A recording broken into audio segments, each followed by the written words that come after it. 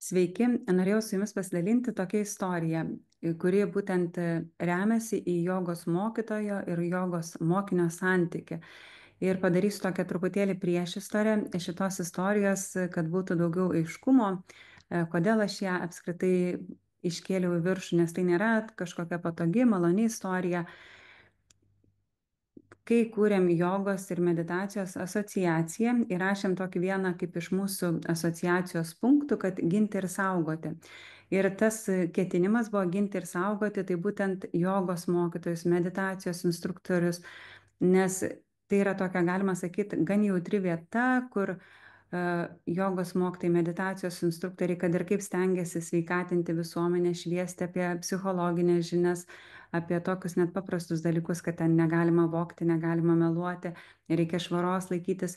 Visgi tai yra nemažai informacijos pateikiama ir su sanskrito kalbos terminais, ir yra tokios ezoterinės informacijos. Ir būna, kad šitie žmonės susilaukia pasipriešinimo, pajuokos, pasipriešinimo, kažkokiu tai fanatiškų pasisakymų iš kitų žmonių. Ir mūsų tikslas, kaip ir buvo šitoje vietoje, padėti. Ir kas yra įdomu, kad turėjom keletą situacijų, kur supratom, kad reikės padėti ne tik jogos mokytojams, meditacijos instruktoriams, bet ir jogos mokiniams. Ir šita tema nėra labai patogi, bet aš manau, kas einate į šituos dalykus, jogą, meditaciją, turit žinoti tai.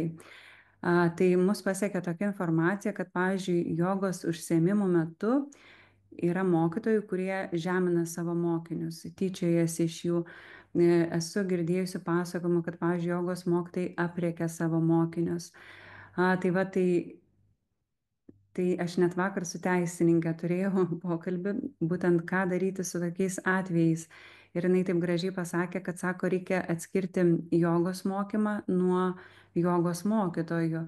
Nes irgi tie žmonės, kurie man pradėjo pasakoti, sako, kaip taip galima, nesilaiko jogos mokytojas ahimsa principo, ar ne, neprievartos, kad mes nenaudojam prievartos, ar bent mokomės maksimaliai jos nenaudoti, nes tos prievartos šiam pasaulyje visur labai daug, ar ne, net valgant duoną mes suvokiam, kad žuvo pavyzdžiai dėl to, kad mes pavalgytume ir buvo panaudota prievarta, net duonoje galima pasakyti taip.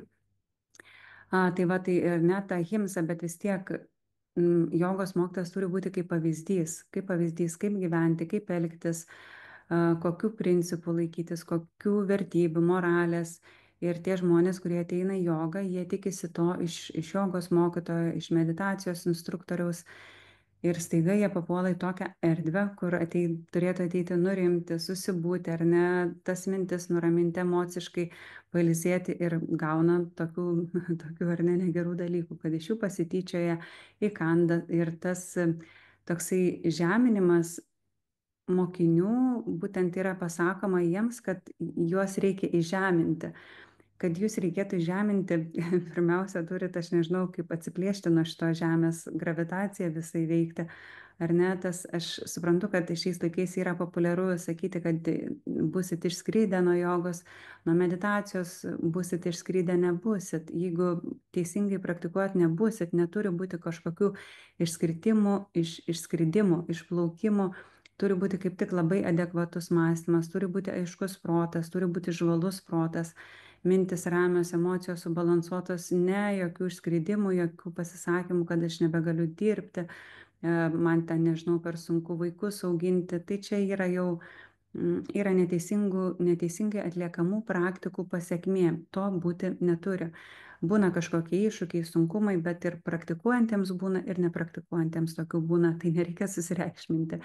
Ar ne? Tai ką noriu šituo pranešimu, video pasakyti, kad pirmiausia, jeigu atsidurėt jogoje, atsidurėt meditacijoje ir pradeda mokytis jūs įžeidinėti, žeminti, tai galit asociaciją informuoti, mes pasižiūrėsim, ką galim padaryti nuo savęs, bet aš nežinau, ar mes galėsim apginti taip vieną žmogų ar net grupę.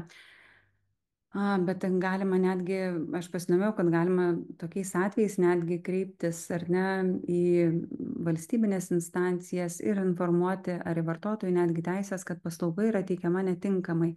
Ir šitoj vietoj, ką jūs turit žinoti, kad mokytojas negali žeminti jūsų kūno, kažkaip pasisakyti, ar ne, kad nežinau, ar jūsų kūno sudėjimas netinkamas, ar jūs atrodote kažkaip ne taip, negali žeminti jūsų emocijų, jeigu jums ar ne sunkus etapas, gal jūs ten apsiverkėt, būna kartais žmonės po jogos apsiverkia, prieš jogą apsiverkia. Tai neturi irgi žeminti emocijų, neturi kažkaip pasityčioti iš jūsų suvokimų, iš mąstymo būdo, iš orientacijos, iš aprangos, neturi būti tokių dalykų. Tai va, jeigu atsidurėt tokioje terpėje, matot, kad vyksta tokie dalykai, jūs nesat pririšti prie mokytojo, jūs galit eiti kitur, galit kreiptis į kitus mokytojus, kalbėtis, ar tai yra normalu, ar tai yra nenormalu, kad ta jogos salė, tas kilimėlis nėra kalėjimas, į kurį jūs papuolėt, esat uždaryti ir negalit išeiti. Kitas dalykas, jogos mokytojas taip pat negali rėkti ant jūsų.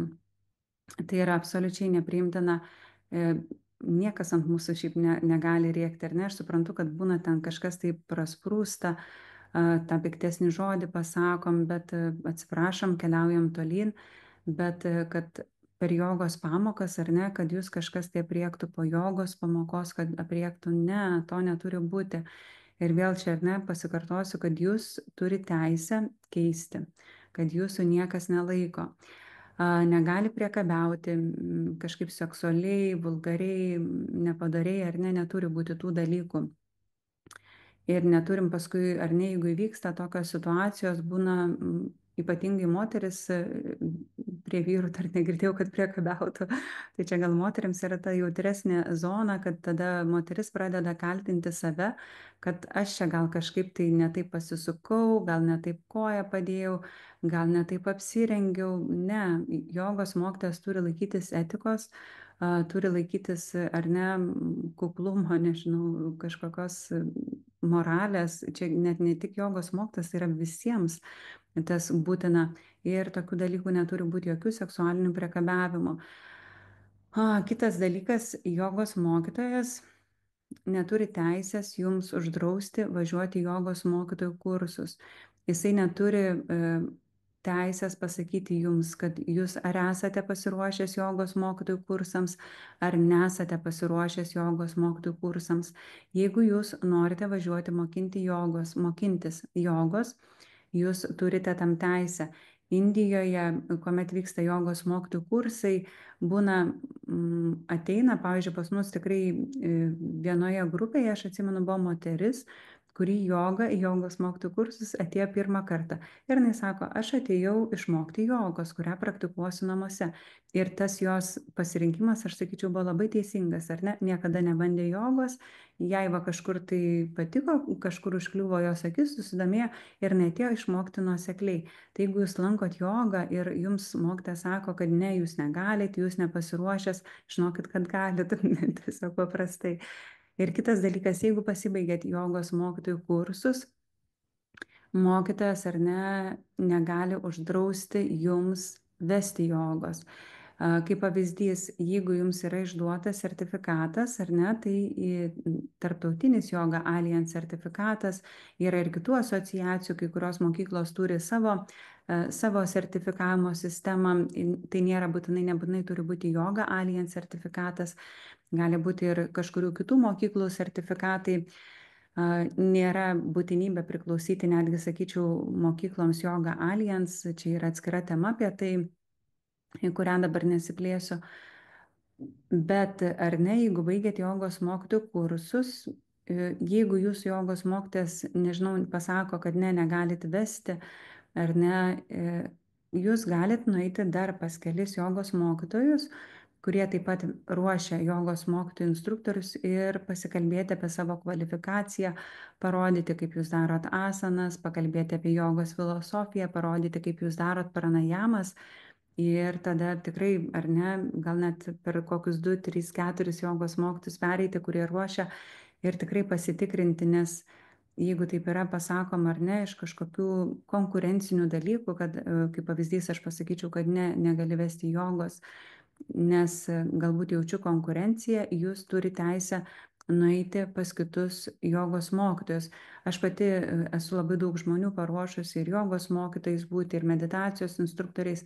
Ir kartais tikrai esu tokių atvejų mačiusi, kur žmogus neįsigilinęs dar iki galo į tą medžiagą, per egzaminą ar ne, pasisekė, išlaikė tą visą reikalą, bet nėra iki galo įsigilinęs arba neturi drąsos pakankamai, sunku kalbėti prieš auditoriją, bet tada yra labai šnekama konkrečiai, ką reikėtų žmogui, dar kur pagilinti žinias, kur pastiprinti save ar ne, kad jisai galėtų vesti užsiėmimus.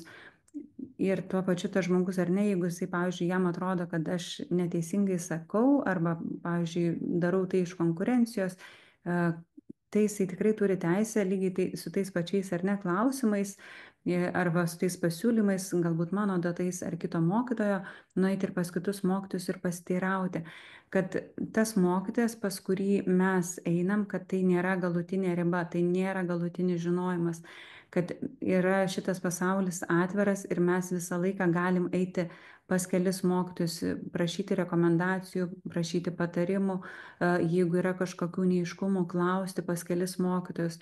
Tai va, žinokit, kad studija, į kurią papuolėt, tai nėra kalėjimas, tai nėra galutinė stotelė, kad jūs esate laisvi tyrinėti šitą rinką, tyrinėti šitą erdvę ir kalbėtis ir su kitais mokytojais, ir su kitais praktikais. Tai va, tai toks mano yra pasisakymas galbūt nuo jogos asociacijos, kad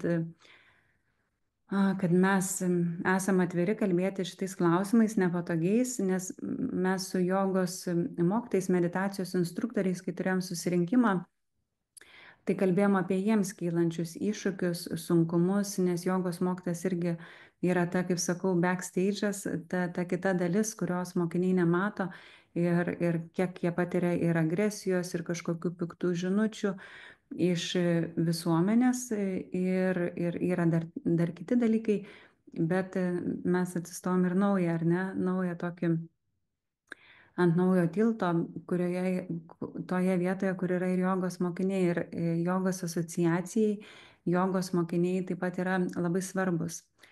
Nes mūsų tikslas ar ne buvo su asociacija ir buvo ir yra kelti ir jogos mokytojų kvalifikaciją, profesionalumą, kad jogos mokiniams būtų geriau, šviesti visuomenę apie jogą, kad tai nėra kažkokia sekta, kad tai nėra dogmatiška linija, kad mūsų tikslas yra sveikatinti žmonės, psichologiškai padėti. Ir mūsų tikslas yra padėti, nepakenkti, neužgauti, neįžeisti, neapriekti jūsų. Tai va, tai jeigu jums kažkokiu tai kyla sunkumu, kyla klausimų, visuomet esate atviri kreiptis į asociaciją, mes jūsų žinučių lauksim, aš labai tikiuosi, kad jų bus kuo mažiau, bet žinot, visko šitam gyvenime būna. Toks yra dabar laikmetis, kur tikrai labai daug dalykų yra iškraipyta, ar ne, kur norėtume, kad būtų teisingumas, kur būtų va ta švara, kur būtų aiškumas, mes tikrai atsiduriam dažnai ir priešingoje pozicijoje. Tai va, tai būkime kartu išvien ir kalbėkime. Svarbiausia, ar ne, yra kalbėtis apie dalykus. Tai va, tai šiandien tiek. Ir mus galite rasti mahabodhi.lt, jogos ir meditacijos asociacija.